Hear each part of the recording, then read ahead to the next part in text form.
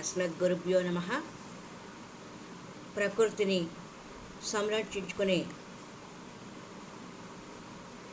ప్రకృతిని కాపాడుకుందాం అనే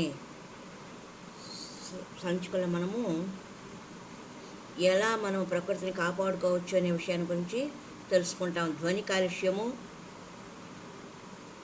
వాతావరణ కాలుష్యాలను నివారించడానికి ధ్వని కాలుష్యం ఒకటి ప్రధానమైతే, రెండవది బాణసంచా లాంటి కలుషితమైన రసాయనాలతో కూడినటి పేలుడు వస్తువులను వాడడం వలన కూడా ప్రకృతికి మనము హాని చేస్తున్నాము. వాటినంతా కూడా మనము వాడకం తగ్గించేద్దాము.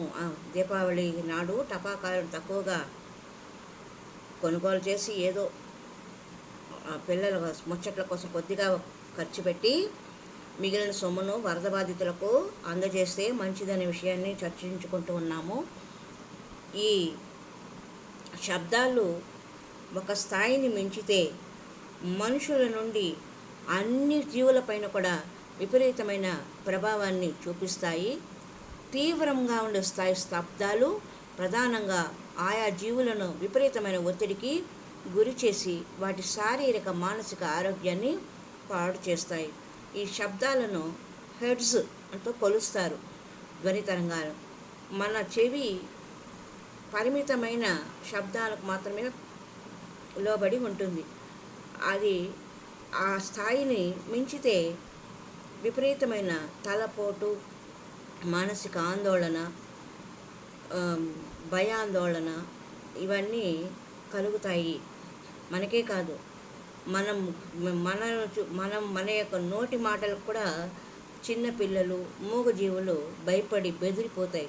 అలాంటిది మనము దీపావళి నాడు పెద్ద పెద్ద బాణాసంచాలను, పేలుడు వస్తువులను పేల్చినట్లయితే మన పరిస్థితి ఏమిటి? మానసికంగా, శారీరకంగా పొడవుగా, బలంగా ఉన్నవాళ్ళం మనమే ఇలా ఉంటే, మనకంటే అల్పంగా ఉండే మూగజీవులు, పసిపిల్లలు, లేత హృదయాలు, వారి మనసులు ఎలా తల్లడిల్లుతాయనే విషయాన్ని ఆలోచించాలి. విపరీతమైన శబ్దాలతో నిండిన ప్రదేశంలో ఎక్కువసేపు గడిపే మనుషులు తలనొప్పి, ఆకలి సరిగ్గా లేకపోవడము, నిద్ర సరిగ్గా పట్టకపోవడము, అజీర్తి, సరిగ్గా ఆలోచించలేకపోవడము, ఉత్సాహాన్ని కోల్పోవడం, చిన్న చిన్న విషయాలు కూడా ఎక్కువగా కోపం తెచ్చుకోవడం వంటి అనేక సమస్యల బారిన పడుతూ ఉంటారు. టపాకాయల దాకా ఎందుకండి బాబు, ఈ కాలంలో మనుషుల యొక్క మాటలకే సగం మంది ఈ తలనొప్పులో, ఆకలి సరిగ్గా లేకపోవడం లాంటి అశాంతికి గురి అవుతున్నారు. పక్షులు, జంతువుల విషయంలో కూడా ఇలాగే జరుగుతుంది. శబ్ద కాలుష్యం గురించి చాలామందికి తెలియని ఒక చేదు నిజం ఏమిటంటే, తీవ్రస్థాయి శబ్దాల మూలంగా నేలపైన, నీటిలోనూ ఇప్పటికే అనేక జీవజాతులు అంతరించిపోయాయి. ఉదాహరణకు తీసుకున్నట్లయితే, ఐరోపా ప్రాంతంలో సోలార్ యుద్ధ విమానాలు చేసే భయంకరమైన ధ్వనులకు తీర ప్రాంతాలకు దగ్గరగా నివసించే తిమింగలాలలో కొన్ని జాతులకు చెందినవి పూర్తిగా తుడిచిపెట్టుకుపోయాయి. వివిధ రకాల ధ్వని కాలుష్యాల మూలంగా కొన్ని జాతులకు చెందిన జీవులు మామూలు కన్నా చాలా బిగ్గరగా శబ్దాలు చేయడం, కొన్ని రకాల పక్షులు పగలు కోయడం మానేసి రాత్రిపూట కోయడం. ఉదాహరణలు చెప్పుకుంటే, ఐరోపాలోని రాబిన్లు పగటిపూట అరవో, రాత్రిపూట కూస్తాయట. జీబ్రాల వంటి కొన్ని జంతువులను ట్రాఫిక్ శబ్దాలకు బాగా కూర్చేసినప్పుడు అవి తమ జత జీబ్రాలతో సవ్యంగా వ్యవహరించడం లేదు. శబ్ద కాలుష్యం ఇలాంటి ఎన్నో అనర్థాలకు కారణమవుతుంది. అందుకని భూమాత క్షేమాన్ని కోరే ప్రతి ఒక్కరూ శబ్ద కాలుష్యాన్ని తగ్గించేందుకు పాటుపడాలి. మనుషులకు గాలి, నీరు ఎంత అవసరమో ఆహారం కూడా అంతే అవసరం. కానీ దురదృష్టవశాత్తు కలుషితమైన గాలి ద్వారా, నీటి ద్వారా, ఆహారం ద్వారా మనుషులకు ఎన్నో వ్యాధులు సంక్రమిస్తున్నాయి. ఇలా జరగడంలో హోటళ్ళు, తోపుడు బండ్ల వారు నిర్వహించే పాత్ర కూడా ఎంతో ఉంటున్నది. బజారులో వివిధ రకాల ఆహార పదార్థాలను చేసి అమ్మేవారిలో చాలామందికి సూక్ష్మజీవులు అంటే ఏమిటో అంతగా అవగాహన లేదు. పాడైన నీటి ద్వారా, ఆహార పదార్థాల ద్వారా మనుషులకు వ్యాధులు ఎలా వస్తాయో కూడా తెలియదు. మల విసర్జన చేతాక చేతులను శుభ్రంగా సబ్బుతో కడుక్కోకుంటే ఆ చేతుల మీద ఎన్ని కోట్ల రోగకారక క్రిములు కొలువు తీరి ఉంటాయో తెలియదు. ఆహార పదార్థాలపై ఈగలు వాలినా, బొద్దింకలు తిరిగినా, దుమ్ము ధూళి పడినా ఎవరంటే వారు తమ మురికి చేతులతో వాటిని తాకినా, నిల్వ ఉంచకూడదని పదార్థాలను నిల్వ ఉంచి అమ్మినా పాడైపోతున్న ఒక రకమైన ఆహార పదార్థాలని నూనెలో వేయించి మరో రకం ఆహార పదార్థంగా తయారు చేసిన ఇలాంటి వాటి అన్నిటి వల్ల మనుషుల ఆరోగ్యానికి ఎంత తీవ్రమైన నష్టం జరుగుతుందో బజారులో ఆహార పదార్థాలు అమ్మే వారిలో చాలామందికి తెలియదు. మీరు గమనించి ఉండొచ్చు, ఈ సాయంత్రం పూట తినడానికి చిరుతిళ్ళు అమ్ముతుంటారు కదండి, బజ్జీలు బోండాలు లాంటివి. వాటిని కొంతమంది ఏం తీస్తారు, అలాగే వచ్చి వేడిగా ఉన్నాయా అని ఇలా పట్టుకొని చూస్తారు. పట్టుకున్న వాళ్ళు నోట్లోకి వేసుకొని తినేస్తే అక్కడితో సరిపోతుంది. అలా కాదు, వారు చల్లగా ఉందని మళ్ళీ అట్లే పడేస్తారు.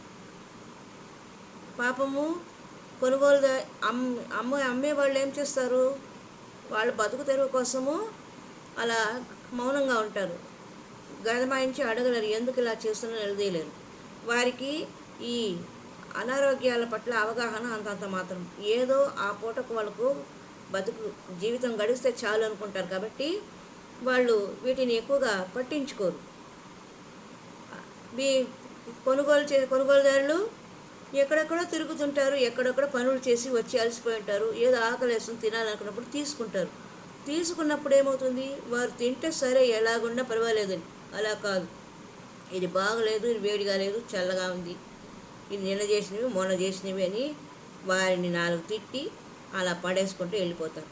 ఇంకా ఎక్కువగా చూడాలంటే మీరు ఈ రక్షణ విభాగానికి చెందిన పోలీసులు, ట్రాఫిక్ పోలీసులు చూడండి. వారైతే నయా పైసా ఇవ్వరు, కానీ వారు ఎక్కడ ఏ వస్తువులు ఉంటే ఆ వస్తువులంతా వారే కబ్జా చేసేస్తూ ఉంటారు. ఇది నేను స్వతహాగా చూసినాను. డబ్బులు పెట్టి కొన్న వాళ్ళు ఉండరు. ఒకవేళ వాళ్ళు డబ్బులు అడిగారు అనుకోండి బయట, వెంటనే వారిని ఆ స్థలం నుండి ఖాళీ చేయించడమో లాఠీ చార్జ్ చేయడం లాంటివి జరుగుతూ ఉంటాయి. ఇవన్నీ మనుషులలో అవగాహన లేకపోవడమే. ఒక వస్తువు తయారు చేసేవారికి వాటి పట్ల పరిశుభ్రత గురించిన అవగాహన లేకపోవడం ఒకటి. కొనుగోలుదారులు కూడా వారు మనము చేసే పని వల్ల అవతల వారికి ఎంత నష్టం అనే విషయాన్ని అర్థం చేసుకోకపోవడం వల్లనే, అవగాహన రాహిత్యం వల్లనే ఇలాంటి ప్రకృతి కాలుష్యాలు జరుగుతుంటాయి. మనుషులకు అనారోగ్యాలు సంభవిస్తూ ఉంటాయి. అందుకని మనము ఈ విషయంలో వీరిని సామాన్య ప్రజలను కూడా చైతన్యవంతం చేయవలసిన అవసరం చాలా ఉంది. ఈ విషయంలో విద్యావంతులు చాలా కృషి చేయవలసిన అవసరం ఉంది. ఎందుకంటే ఆహారం బాగుంటేనే అందరి ఆరోగ్యము బాగుంటుంది.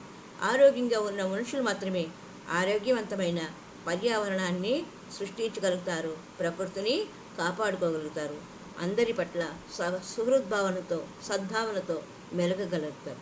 అలా లేనప్పుడు ఒకరిపైన ఒకరికి ఈర్ష్యాద్వేషాలు, అసూయలు, ఆగ్రహాలు, ఆవేశాలు ఇలాంటివన్నీ చెలరేగే అవకాశాలు ఉంటాయి. అందుకని పరిశుభ్రత, ఆహార విషయాలలో జాగ్రత్తలు పాటించడం, అందున వీధుల్లో వ్యాపారం చేసేవారు జాగ్రత్త తీసుకోవాలి. ఆహార పదార్థాలపైన మూతలు పెట్టడము, కొనుగోలుదారులకు కావలసినంత మాత్రమే వడ్డించడం, వారిని తాకనివ్వకుండా చూడడము, ఏ వస్తువులు ఆహార పదార్థాలపైన వారికి ఎంత అవసరమో అంతే వడ్డించడము, మీరు సర్వ్ చేయాలి. అంతేకాని వారు చేయి పెట్టి తీసుకోవడము ఇలాంటివి జరగకూడదు. అప్పుడే ఈ అనారోగ్య సమస్యలను మనము అరికట్టే అవకాశము ఉంటుంది. హరి ఓం తత్సత్.